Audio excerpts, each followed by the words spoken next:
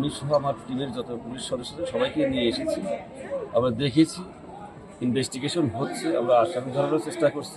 Already আমাদের যারা সিভিলে আছে আমরা সিভিলের লোক লাগিয়েছি, আমরা আসামি করার চেষ্টা করছি এবং ইনভেস্টিগেশন শেষে আসলে প্রকৃত ঘটনা কি সেটা আপনাদেরকে ডিটেলস জানাতে পারবো।